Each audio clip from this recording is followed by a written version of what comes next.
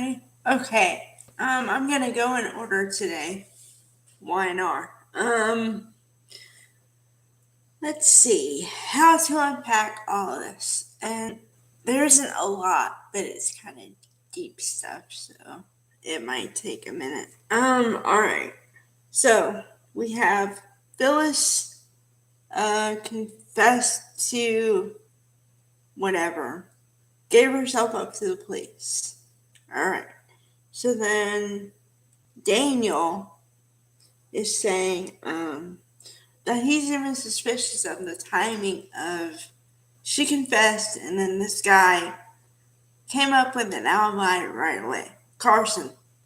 And if you guys didn't watch my last video, I told you guys that Tucker is working with Phyllis and provided the alibi of Carson, but said if you don't do what I want, he can go away as quickly as he came.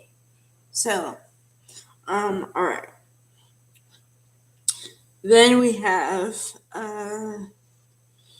let's see. Oh, then we have Kyle and Audra again. Okay.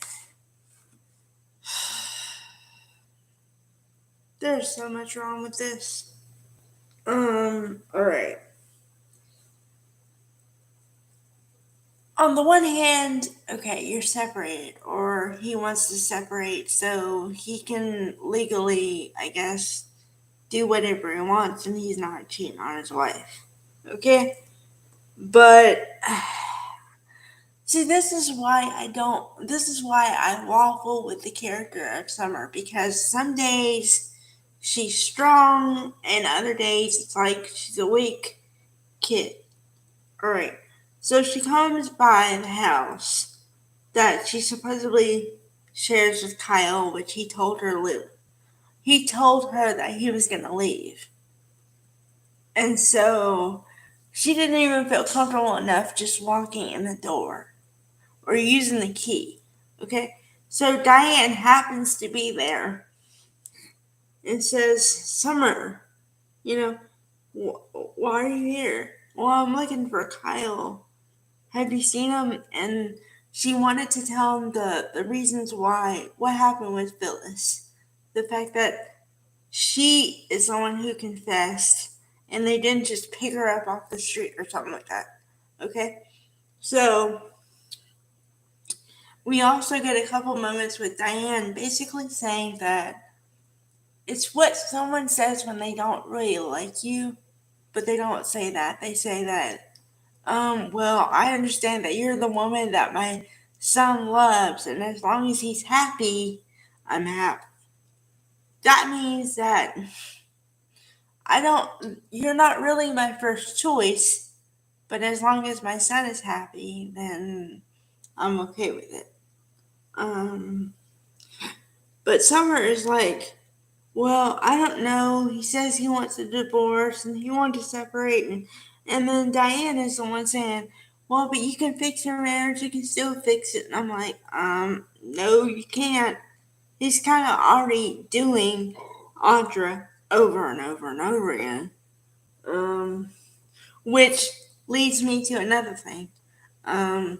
If you believe people have a type, I would say Kyle has a type. And his type is Latin, Hispanic women, whatever you want to name it. Yeah, because his last girlfriend that he cared about was Lola before he married Summer. And also, she gave me a piece of the puzzle that I had forgotten. That the only reason that Summer and Kyle are married in the first place is because Summer agreed to give Lola a piece of her liver or something. Anyway, so that's the only reason why they got married. Well, and then also in real life, REAL life, Sasha Kaye, I believe, she got another project, so she left. But for the character, that's what happened. All right. So then we have, Christine, Laura Lee Bell, and Heather. Stevens, which is Daniel's ex-wife.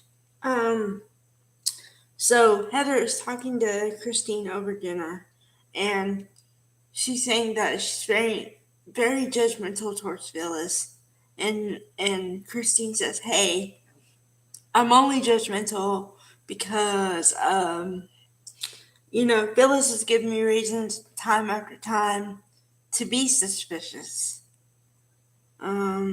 So there's that piece. And then here's the other piece that I was like, okay, that was uncalled for. So Summer is about to leave, and Kyle happens to walk in the door. Okay? And so she's begging with him, which I don't agree with ever. And you know my feelings about that. So she's like, please, can we just talk for 5 minutes? He's like, no, I don't want to hear it. I don't care. Like that kind of vibe, right? So I'm like, okay, thinking to myself, why be so like that? Mean or, you know, there's no need for it. You could talk to her. Like he thinks that the way they're writing Kyle and Summer is like I see why they're not together, but they're writing Kyle like he doesn't give a crap.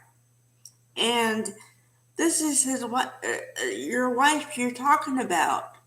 Okay, it's not somebody off the street.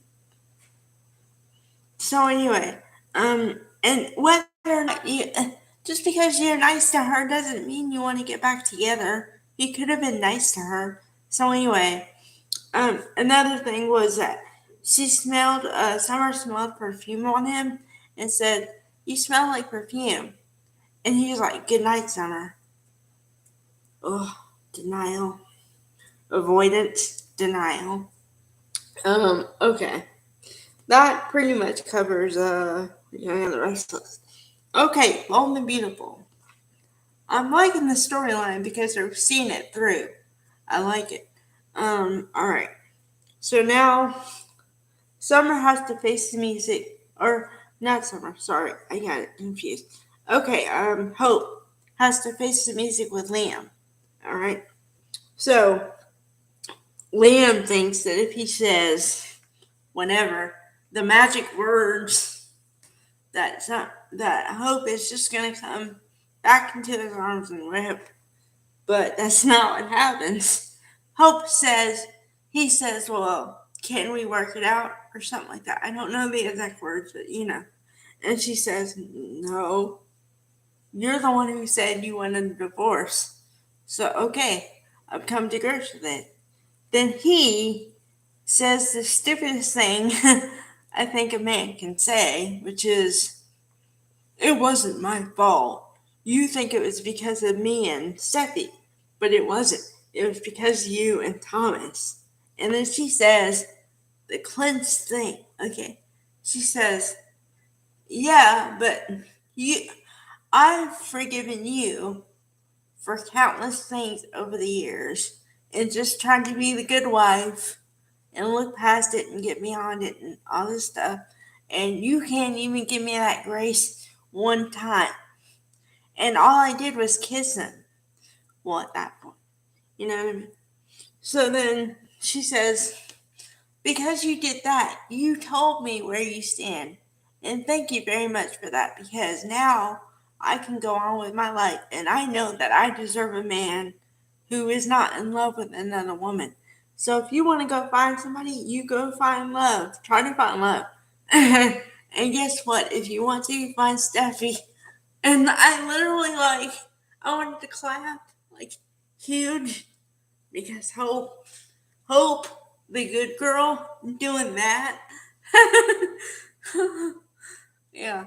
So for all the nice people, good girls, good men, whatever out there, you can stand up for yourself and still be a good person. Amen. Okay, you guys. I'm done for today. All right. Bye.